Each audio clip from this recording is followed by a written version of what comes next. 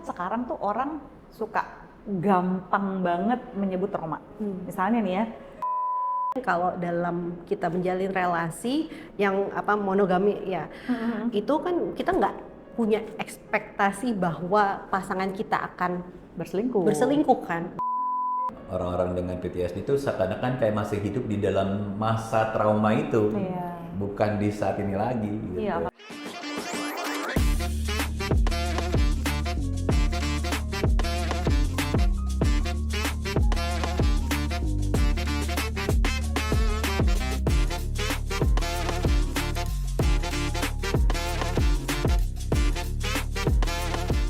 Selamat bertemu kembali di Tuzi Damai Jiwa, podcast persembahan RSK Jiwa Dharma Wangsa. Saya Aswin Kandau. Saya Zoya Amirin. Dan kita punya bintang tamu spesial.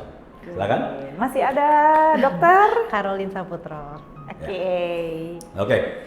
Kemarin kita sudah bicara soal Fobia. Nah, sekarang kita akan bicara, ini masih sedikit terkait juga nih sebetulnya, ada mirip-miripnya ya. Kita akan bicara PTSD. Apa itu PTSD? Kini PTSD itu kan tentang jejak luka yang bertahan, Sobat Damai Jiwa gitu ya. Jadi ada luka yang tidak terlihat di tubuh, tapi terus ada di dalam ingatan. Jadi seolah-olah peristiwanya nih belum benar-benar selesai ya. Jadi PTSD itu adalah singkatan dari Post Traumatic Stress Disorder. Nah, kita akan bahas nih bersama dengan Dr. Caroline nih, apa sih PTSD itu gitu, dan apa nanti bedanya juga dengan fobia. Silakan Dok, kira-kira PTSD itu apa sih Dok, dan kenapa dia bisa muncul sih? Iya ya, sebenarnya itu respon terhadap trauma. Jadi kalau memang traumanya baru, terus dia ada respon sesuatu, traumanya itu mesti mengancam nyawanya. Jadi sesuatu kejadian yang mengancam nyawanya. Atau bisa juga sih dia lihat misalnya ada sunat atau anggota keluarganya juga bisa ya Dok ya. Jadi kalau misalnya dia juga contohnya dia lihat nih video atau berita tsunami terus menerus Terpapar ya Dok ya? Terpapar yang terus menerus intens, dia juga bisa tuh ngerasain PTSD. Dia ngerasain juga respon traumanya. Nah, beda kalau PTSD itu muncul biasanya memang sebulan setelah kejadian. Kalau agak lama ya. Iya. Pas kejadian dan sebulan itu kita bilangnya reaksi stres akut. Karena kan pasti ada reaksinya ya. Maksudnya kita ngalamin sesuatu yang membahayakan sampai nggak ada reaksinya malah kita Iya Dok. Malah kita tanda tanya gitu ya terkadang ya, kan itu mengancam nyawa. Jadi tadi kalau ada itu merupakan suatu respon dari tubuh kita gitu. Dan itu tadi udah menimbulkan hendaya. Jadi gini Dok, saya ini ada banyak sekali pengalaman pasien-pasien yang terduga vaginismus. Belum vaginismus ya Dok ya, terduga vaginismus. Jadi saya sering menyebutnya banyak perempuan-perempuan khususnya di Indonesia, klien-klien saya itu mengalami semacam, how do I call it ya, secondary trauma.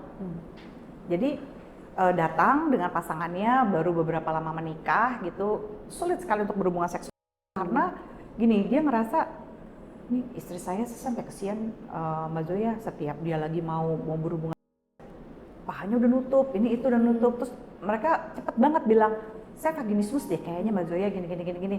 Tunggu, udah koopjin belum? Gitu, udah pemeriksaan belum? Oh, saya pernah pemeriksaan intravaginal, masuk. Hampir mungkin itu bukan gitu. Nanti ditelusuri, ternyata dari keluarganya, ibunya, kakak perempuannya, teman baiknya bilang, nanti ketika kamu akan berhubungan pertama kali, sakit banget, sampai nggak bisa jalan berhari-hari. Kamu akan berdarah dan segala macam, kayak zaman Siti Nurbaya aja kan ya.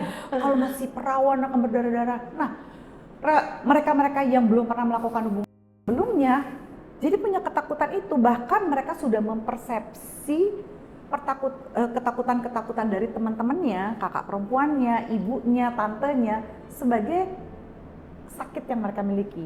Itu bisa termasuk PTSD atau itu benar-benar secondary trauma aja Dok? Sepertinya itu secondary trauma ya, karena kalau kita bilang di PTSD itu harus mengancam nyawa. Misalnya amit-amit dia pernah diperkosa, mau diperkosa, jadi kayak ada trauma sexual abuse gitu. Itu baru kita bisa bilang itu PTSD. Tapi kalau itu mungkin trauma aja.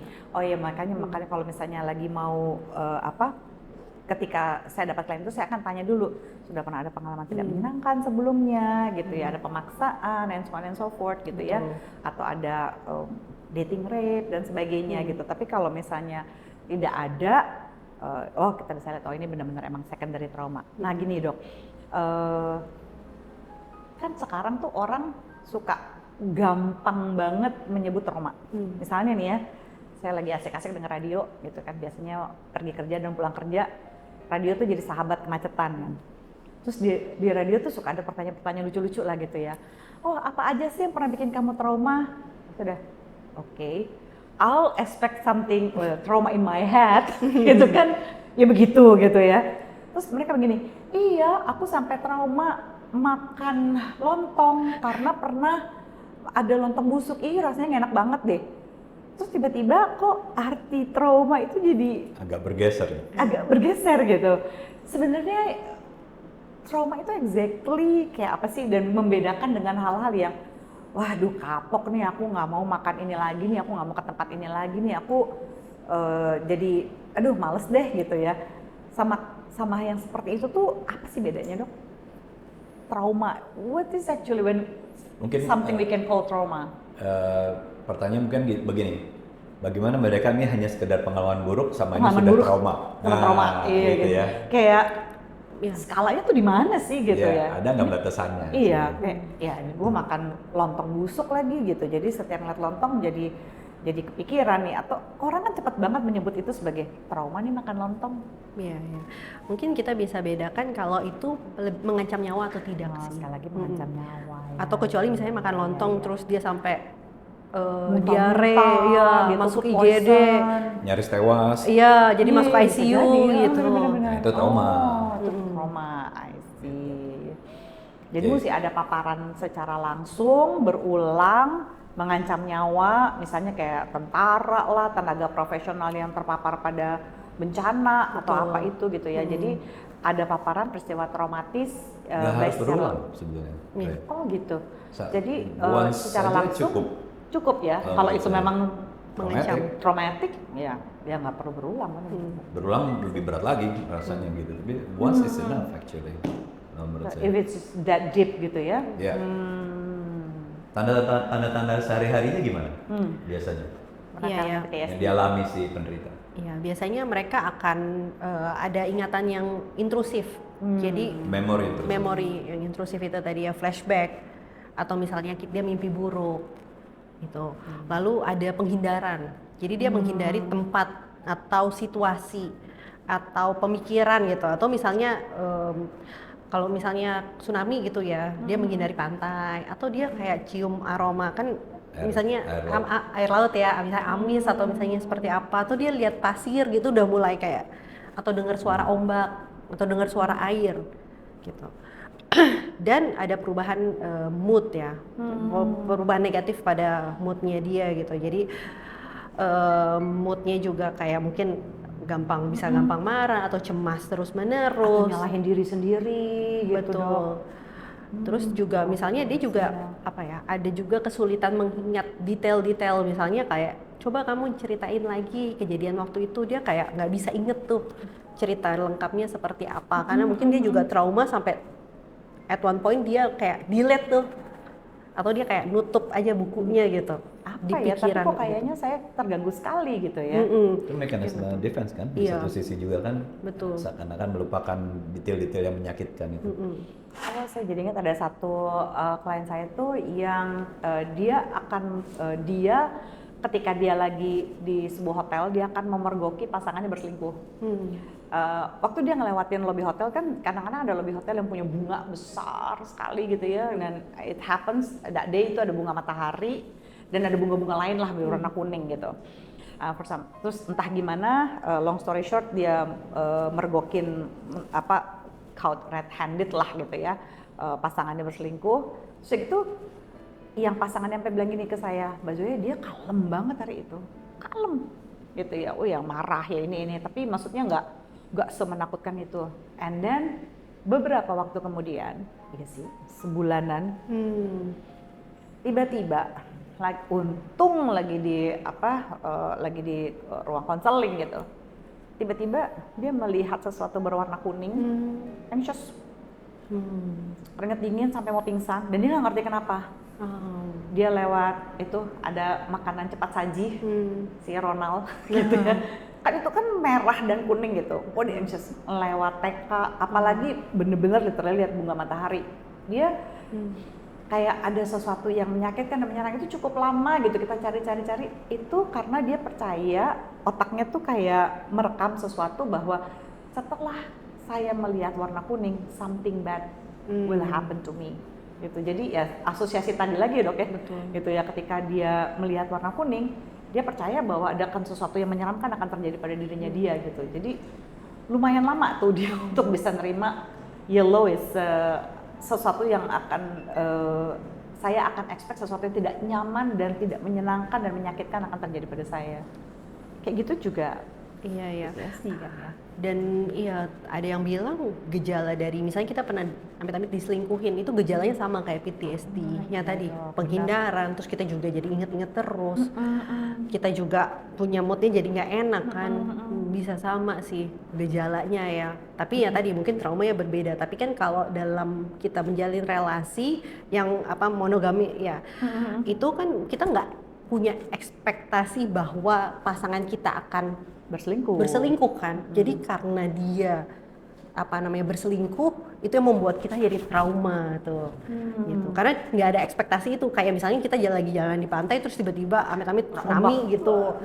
Itu kan juga kita nggak ada ekspektasi itu gitu ya. Jadi ya, itu dia yang membuat gejalanya kok jadi kayak mirip gitu. Memang di satu sisi satu peristiwa bisa traumatik buat orang tertentu, bisa juga enggak. Betul. Saya ingat banget, saya waktu itu masih koas kedokteran, lagi masuk fase THT. Saya tuh lagi masuk ke poli, belum tahu ini baru hari pertama datang gitu.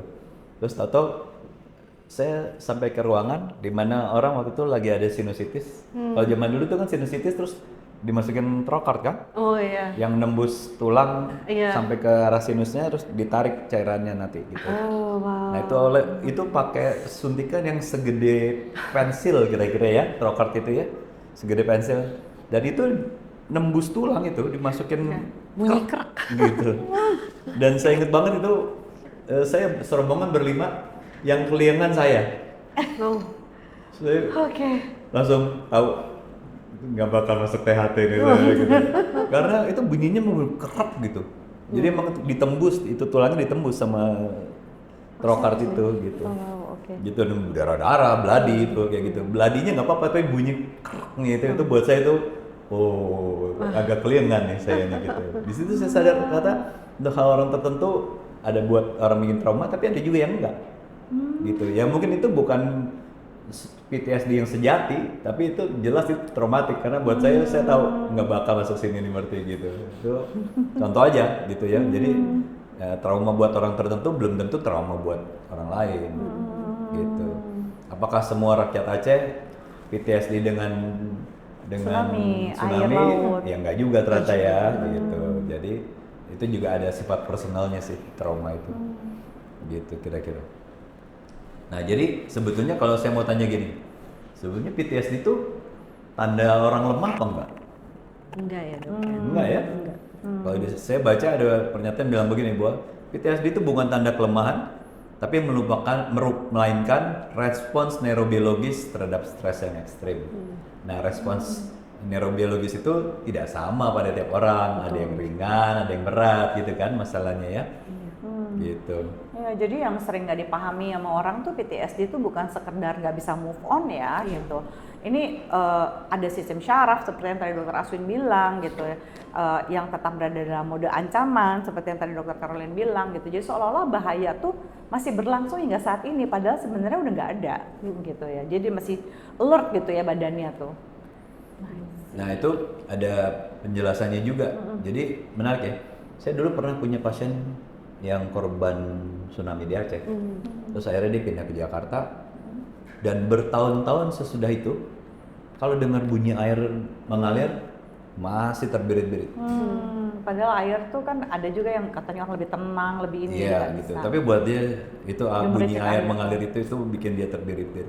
Dan Ya, ternyata betul. secara biologis itu ada penjelasannya. Iya. Jadi kalau yang terkait dengan trauma ekstrim gitu ya, itu ada 3 bagian otak yang ternyata berperan.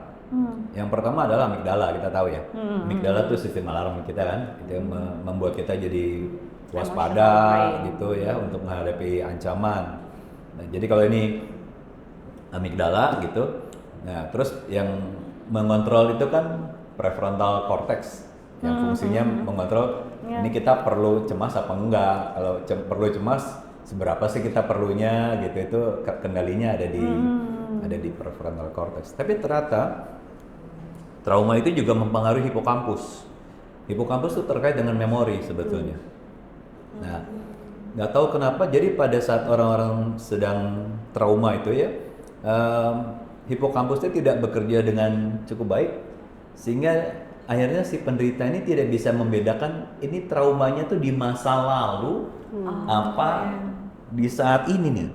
False memory. Iya begitu. Jadi seakan-akan jadi tiap kali ada trauma ya dia mengkaitkannya saat ini, padahal itu sebenarnya di masa lalu. Gitu. Jadi itu pasien yang tsunami aja itu saya bilang, ayo coba diingat bahwa kamu sekarang di tahun sekian dan kamu ada di Jakarta. Kamu bukan di tahun di mana waktu itu tsunami terjadi dan kamu masih di daerahmu, saya bilang begitu. Nah itu rupanya memang karena ada masalah di hipokampusnya juga, yang which is itu terkait dengan memori soal waktu.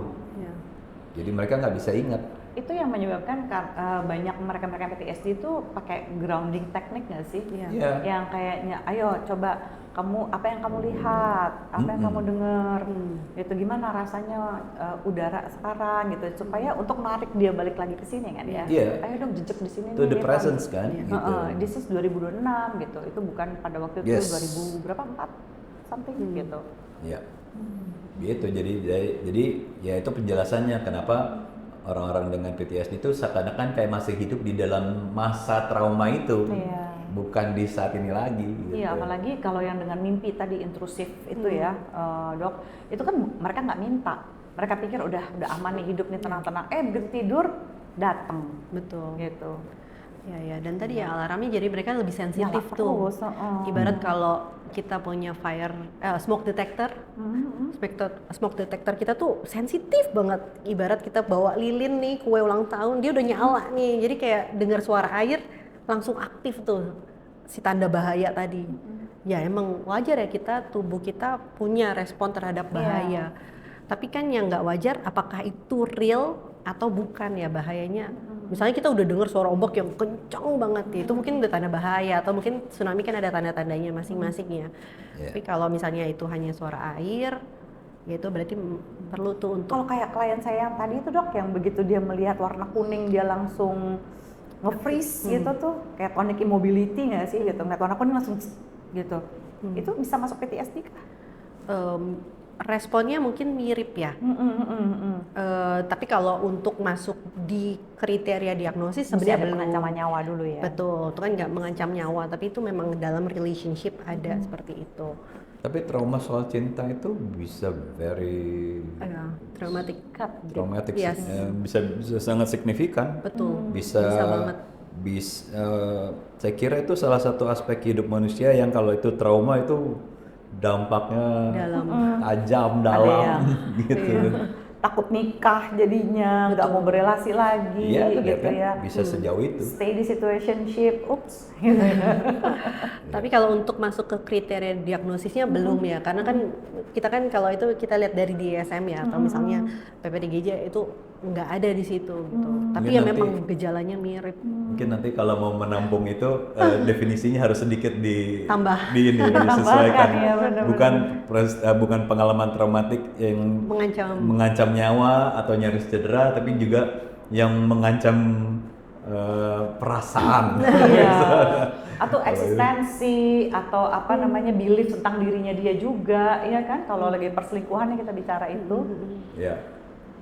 Ya kalau dulu ingat nggak, saya suka bilang antara looking for love sama sharing love. Sharing love.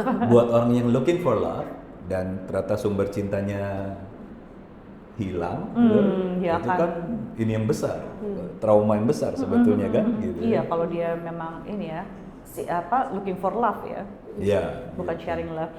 Oh iya, saya ingat ada satu conference psikologi itu pernah mengeluarkan istilah PTSD in relationship. Ya karena mungkin karena itu tadi ya Betul. gitu. Apalagi karena perselingkuhan itu masuk KDRT kan. Gitu. Jadi perselingkuhan itu masuk KDRT kan apa? Menyerang kemampuan dia mempersepsi dirinya, gitu, self blaming yang cukup tinggi gitu ya, dan segala sesuatu yang berhubungan dengan relationship itu jadi membawa trauma. Betul. Yang membuat dia jadi tidak bisa berfungsi dengan baik gitu, bersosialisasi dan segala macam. Jadi saya pernah lihat ada istilah, oh ada PTSD-R, cuma ya memang tidak ada di DSM per se gitu. Tapi saya ingat waktu itu ada apa ya, jadi ada something, kita lagi belajar tentang emotion, terus dibilang kita bisa nih memasukkan sebagai PTSD in relationship, gitu. PTSD-R gitu. Ada ininya sendiri, saya pikir benar juga kata dokter Aswin ya, kita mungkin bisa mengusulkan kolokium. Ya, kalau trauma Harus fisik, dimasukin dong. trauma fisik itu trauma, kenapa nggak trauma mental trauma juga? Exactly. Di satu sisi, mungkin orang-orang perlu lebih sadar aja, apalagi pembuat-pembuat hukum dan kebijakan, Iya, bahwa trauma kan? mental pun itu Bisa sepengaruh itu. sebesar itu. Bullying kan nggak perlu fisik. Iya. Bullying Itu mengancam mental, nyawa kan ya, sebenarnya. sorry, ini baru contoh yang terakhir ya, yang terjadi ada yang bunuh diri karena ditekan. Saya nggak mau ngomong kasusnya, saya nggak mau Iya, ngomong di iya, mana. iya. Tapi itu contoh bahwa trauma mental pun punya dampak yang besar, gitu ya. Ya jadi mungkin ada saatnya nanti definisinya akan sedikit bergeser ya. Iya, atau misalnya tambahin specifier ya biasanya kalau di DSM ya. Mengakomodasi bahwa trauma mental juga bisa berpengaruh terhadap PTSD gitu maksudnya. Iya, iya. Tapi kalau mengancam nyawanya juga seperti apa juga ya kan, kalau dibilang KDRT kan berarti kan ada rasa terancamnya ya terhadap Iya. relationship dan sebagainya. Gitu. Jadi mungkin Dok boleh nggak secara sekilas dikasih apa ya, biar Sobat Damai Jiwa lebih paham perbedaan yang paling khas dari fobia dan PTSD itu terletak di mananya sih? Ya kalau memang ada PTSD, dia kan juga perlu tadi ada situasinya, dia pernah ada riwayat mengancam nyawanya dia, atau tadi ya lihat berita gitu atau keluarga dekat yang mengancam nyawa gitu. Kalau fobia kan itu tadi bukan, dalam tanda petik bahayanya itu nggak sebesar dampak dari bahayanya itu nggak sebesar yang dia pikirkan. Kalau PTSD bener-bener nih bahayanya bahaya banget gitu. Oke, tapi ini kenyataannya dengan situasi dunia seperti ini, banyak bencana dan segala macam, Bikin ya anxious harusnya kasusnya akan meningkat ya sebetulnya ya. Gitu. bisa jadi. Ini kita nggak pernah menduga bahwa ternyata gelombang panas bisa bikin korban segitu besar di Eropa saat ini. Itu kan trauma banyak ya di sana. Iya, Ya. betul. Oke, pesan apa yang bisa kita sampaikan buat penderita PTSD?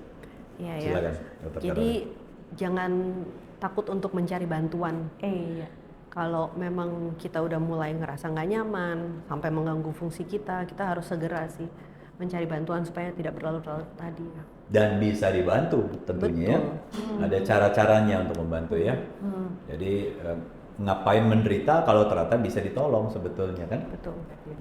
Jadi kalau Anda atau orang-orang di sekitar Anda itu masih hidup di dalam peristiwa yang sudah lewat, mungkin itu bukan sekedar ingatan saja Sobat Damai Jiwa, tapi trauma yang belum terproses dengan baik. Ya, jadi di Damai Jiwa ini kita tidak hanya membahas mengenai luka, tapi kita juga membahas bagaimana pemulihannya. Jadi kalau akses sudah ada, tapi Anda tidak mengambil langkah, ini juga yang akan jadi mempersulit proses Anda ke depannya. Gitu ya. Jadi di sini kita memberikan edukasi supaya Sobat Damai Jiwa mungkin lebih tenang ketika akan, kalau mau ketemu psikiater saya bisa punya ekspektasi ini adalah pemahaman yang simple, saya akan coba ngobrolin dulu deh gitu, sebenarnya kebutuhan saya seperti apa. Jadi jangan lupa di-share juga atau ditunggu komentar-komentarnya yang seenggaknya coba dong Dr. Aswin, Mbak Zoya bahas ini lagi dong gitu. Jadi Mungkin usulan-usulan itu juga silakan ditulis di kolom komentar, kita akan pertimbangkan jika itu masuk dalam konteks kesehatan mental. Ya, jadi kalau Anda ingin memahami lebih dalam, ya baik untuk diri sendiri ataupun misalnya untuk orang lain, untuk pasangan, orang yang Anda kasihi, pastikan Anda mengikuti seluruh rangkaian podcast Damai Jiwa. Saya Zoya Amirin. Saya Aswin Kandau. Caroline Saputro. Sampai ketemu lagi di episode berikutnya. Bye.